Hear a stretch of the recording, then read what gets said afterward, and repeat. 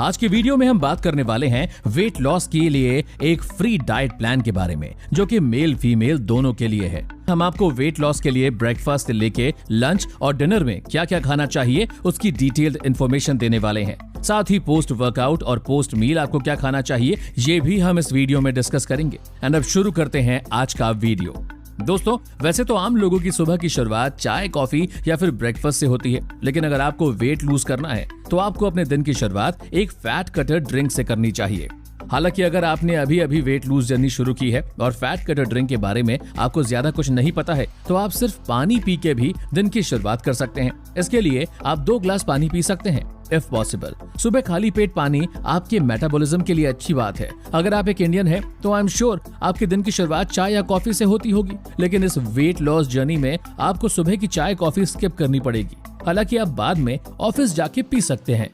Breakfast. अब बात करते हैं ब्रेकफास्ट की, जिससे कई लोगों की दिन की शुरुआत होती है। दोस्तों, अगर आपको वेट कम करना है तो मोस्ट इंपॉर्टेंट चीज ये है कि आपके ब्रेकफास्ट में कॉम्प्लेक्स कार्बोहाइड्रेट्स वाले फूड कम होने चाहिए और प्रोटीन वाले फूड ज्यादा होने चाहिए, क्योंकि अगर कार्बोहाइड्रेट ज्यादा होंगे तो अल्टीमेटली बॉडी में ज्यादा फैट स्टोर हो जाएगा। और क्योंकि हमें फैट कम करना है, मसल्स नहीं, इसलिए प्रोटीन हाई होना चाहिए। और ये है आपके लिए कुछ हेल्दी ब्रेकफास्ट के options. Option 1, customized oat meal with eggs.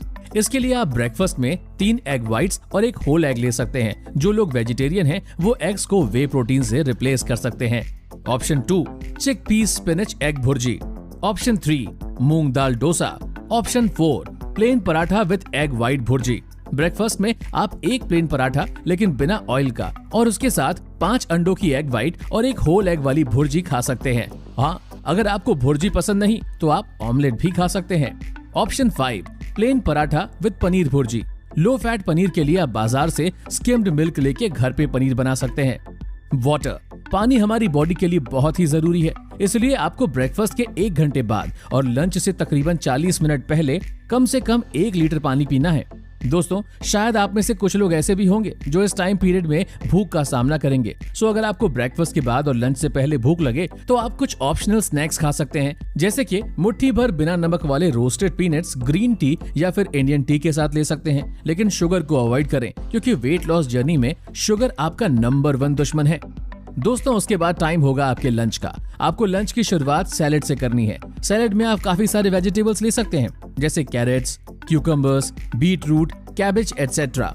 दोस्तों, वेट लॉस जर्नी में सैलेड खाने से आपको कई सारे फायदे मिलेंगे, जिसमें सबसे बड़ा फायदा ये है कि इससे आपको एसेंशियल मिनरल्स, विटामिन्स और फाइबर मिलेंगे। और साथ ही ऐसे ग्रीन वेजिटेबल्स खाने से आपको ऐसा फील होगा कि आपका पेट भरा हुआ है। सो अल्टीमेटली आपकी भूख कंट्रोल में आ जाएगी, जिससे आपके लिए वेट लॉस करना काफी आसान हो जाएगा।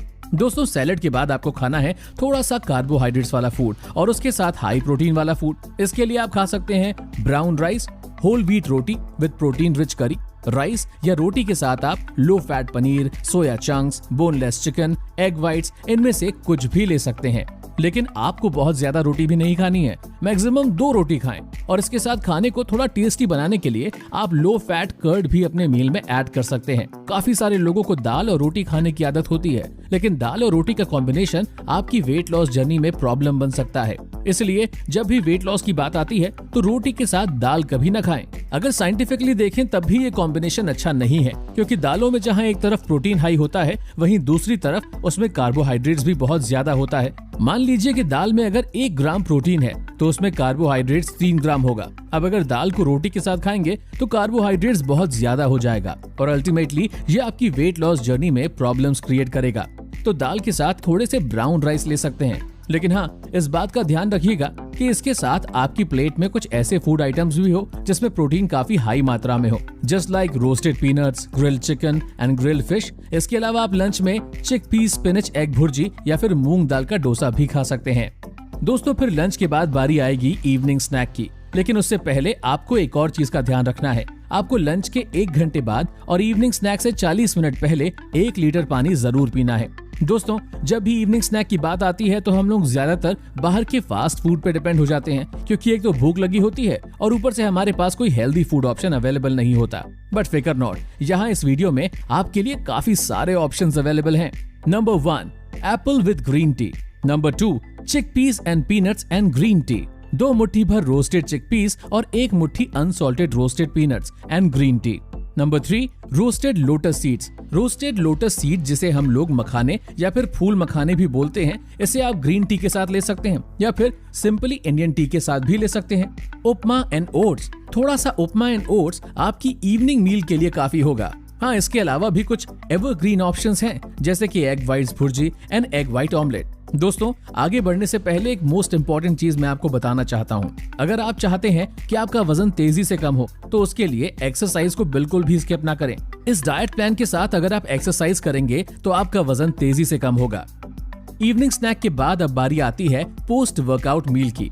अगर आप एक नॉन वेजिटेरियन हैं, तो आप पोस्ट वर्कआउट मील में 6 एग व्हाइट्स ले सकते हैं, और अगर आप वेजिटेरियन हैं, तो आपको वे प्रोटीन आइसोलेट लेना चाहिए। इसके अलावा आप लो फैट पनीर, टोफू, अंकुरित मूंग एंड फाइनली अब बात करते हैं डिनर की। दोस्तों, डिनर हमारा सबसे लाइट होना चाहिए। आपको शुरुआत करनी है 1 प्लेट सैलेड के साथ। आप दाल ले सकते हैं, low fat paneer bhurji, grilled chicken, grilled fish, veg soup. इन ऑप्शंस के अलावा भी अगर आप कुछ और लेना चाहते हैं, तो इस बात का ध्यान रहे कि वो चीज प्रोटीन में हाई होनी चाहिए। कार्ब्स और फैट्स बहुत कम होने चाहिए। दोस्तों, अगर आपको फिर भी डिनर के बाद भूख लगती है, तो सोने जाने से आधे घंटे पहले आधा ग्लास हल्का गर्म दूध पी सकते हैं। इसके साथ ही अगर कुछ खाने का मन करे, तो मुट्ठी भर बादाम या फिर मखाने खा सकते हैं।